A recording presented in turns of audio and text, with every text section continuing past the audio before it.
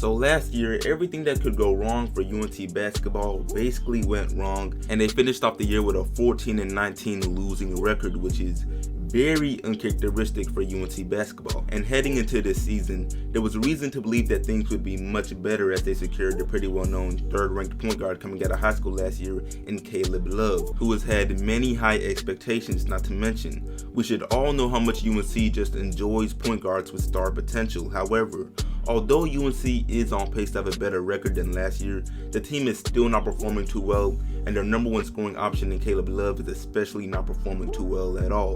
And it's been so tough that his 2021 draft projection by ESPN of 11th overall has fallen to 15th, and even that 15th projection was made before some of his recent games in which he's played even worse. I mean, you hate to see it, and I know for some guys the transition from high school to college does not go so well, but it's pretty safe to say that no one saw this coming, especially because of how well he played in high school, earning the Gatorade Player of the Year award in the state of Missouri with about 26 points, 7 rebounds, and 3 assist averages as a senior. And in today's video, we're going to look at his struggles so far this season and what really needs to be improved on for the sake of his 2021 draft stock, because currently it is only on pace to decline even further. And I don't see him going undrafted, but unfortunately it is a real possibility. Anyway, before I go further, what's good YouTube? Plug speaks back with a vid. If you are new, first of all, welcome and subscribe. If you hope things turn around for Caleb, which most of us should, then like the sub and turn on noties. I drop quality content 3 to 4 times a week, and we're about to hit 2K in this grind for 5K before April, so I'd for sure appreciate it. But back to the vid. So to really put into perspective the expectations Caleb Love had going into this season and why his play right now is so disappointing, I have to brag on his play in high school just a little and what others were saying about him. So yeah, this man came out of high school as a 5-star recruit, and on the great senior year averages I mentioned in the intro, he was able to earn the Missouri Player of the Year award and was also named a McDonald's All-American. But it does not end there, because several credible people had great things to say about Caleb before this season at UNC. For one, Corey Evans, who was an NBA scout for the Oklahoma City Thunder, spoke highly of Caleb's performance at a Team USA minicamp, saying that his jump shot, defensive potential, and overall athletic ability impressed him the most out of anyone else at the camp, which is a pretty big compliment when you take into account that it came from someone who was a part of the league that Caleb is grinding to eventually be in. But on top of that, prior to this season when Caleb had just committed to UNC, the school's head coach Roy Williams also spoke highly of his game, saying that Caleb is an aggressive guard and that he's just able to dominate opposing teams physically, and that his ability to shoot and run plays is also nice, and that Caleb is just a tough player, especially athletically, which is yet another great compliment coming from a historically great head coach at the college level in Roy Williams. But now in retrospect, both of the compliments I just went over look to have aged pretty terribly, but the reality is that before this season, that's how many people, including me, viewed Caleb Love, and he was deserving of the praise. It's just that his performance so far is not what anyone saw coming. And as you all are about to see as I go further in depth, the transition from high school to college has not been kind to him at all. And I say that because over the course of 9 games, which is a decent sample size, the man is averaging about 11 points, 4 assists, 2 rebounds, 1 steal, and 3 turnovers on a very tough 29% from the field, and even more tough 15% from 3. Just very underwhelming numbers for someone who came out of high school as a 3rd ranked point guard for their class. But I will say that although some things like his scoring average as the main scoring option on UNC is pretty inexcusable, some of his numbers such as his assist averages are understandable, because even though UNC has had the luxury of point guards with star potential, the system to which UNC plays really never features a point guard that averages 5 to 8 assists the way you would expect of the lead ball handler. For example, last year Cole Anthony averages 4 assists, and in 2018 Kobe White averages 4 assists as well. And the point guard before him that led UNC to an NCAA national championship in Joel Berry averaged just 3 assists over his career at UNC.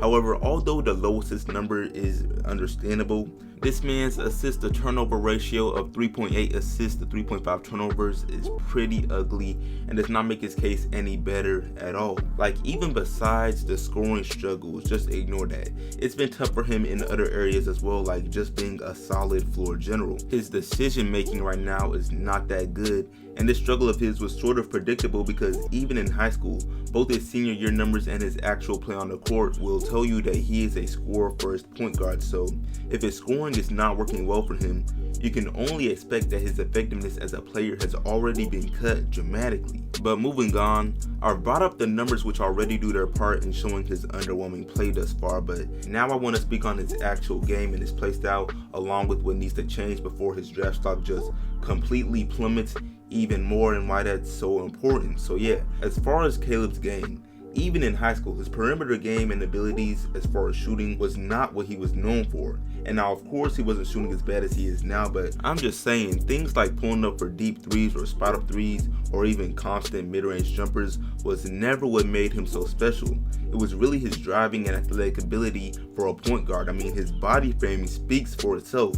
Being 6'4" and nearly 200 pounds as a point guard is a very good size, especially in the NBA. And he would often use his physical talents to just be fearless when driving into the paint. He could explode for dunks, finish with contact. I mean, he was not unstoppable, but like I said, it was basically his signature trait. However, as his play so far has demonstrated, even his best trait has been unable to keep him from looking pretty bad out there as far as scoring. And there's more to his play style and how he puts up points, but I'm gonna go ahead and move into his lackluster decision making because it goes hand in hand with the overall struggles he's having with his game right now. His decision making could use a lot of improvement, and not only is this evidenced by the fact that he is averaging almost as many turnovers as assists, but it is also evidenced by the fact that for some reason through 9 games he is attempting 4.3 threes a game while shooting 15% from 3.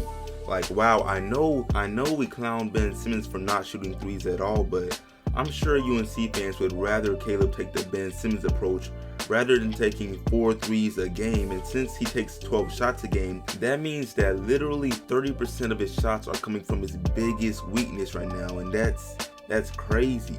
So yeah, his decision making could definitely use some work, whether it be with his shot selection or just being able to handle the ball better or putting his teammates in situations to score and just make his teammates better. But right now you could say that it's the opposite because his scoring struggles only make it that much easier for opposing teams to pay him less attention and bring more attention to everyone else who could possibly score the ball, which is not necessarily a recipe for disaster, but it is definitely not a recipe for winning a lot of games. And NBA scouts know this. Their jobs are literally to be experts at picking out the best players, so I can only imagine how much interest they are beginning to lose in Caleb Love for the 2021 NBA draft. And now I could go on about some other things Caleb needs work in or struggling in, like his disappointing defense, but I won't, because I don't just trash players. That's not what we do here, but also because all hope is not lost, and it's pretty unfortunate that people do not realize that not everyone is a one and done player. I mean, we gotta call it like it is. Yes, Caleb was really good coming out of high school, but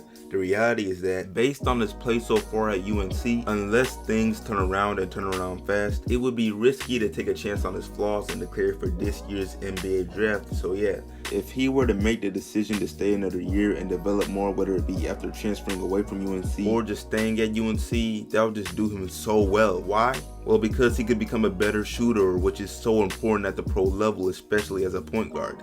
Even guys that came into the league as an average or below average shooter like De'Aaron Fox and John Wall became decent shooters now. But yeah, Caleb could also become a better defender and just take advantage of his nice size for a point guard. He could also become a better decision maker.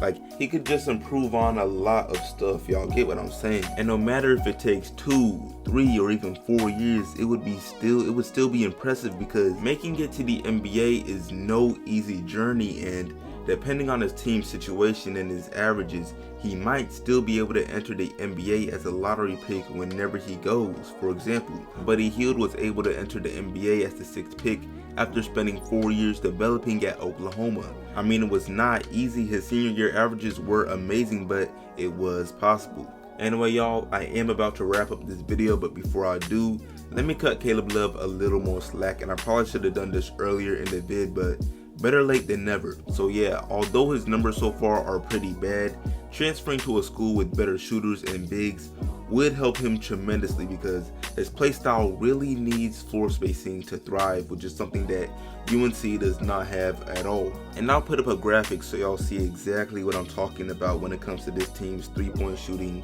and floor spacing ability. But yeah, I'm really wrapping this up now. Just had to include that small important detail before ending this video off. But I appreciate you all watching. Make sure to like the sub, share, all of that, sub if new, all of that. Let me know down below what you think of Caleb's struggle so far, and I'm out.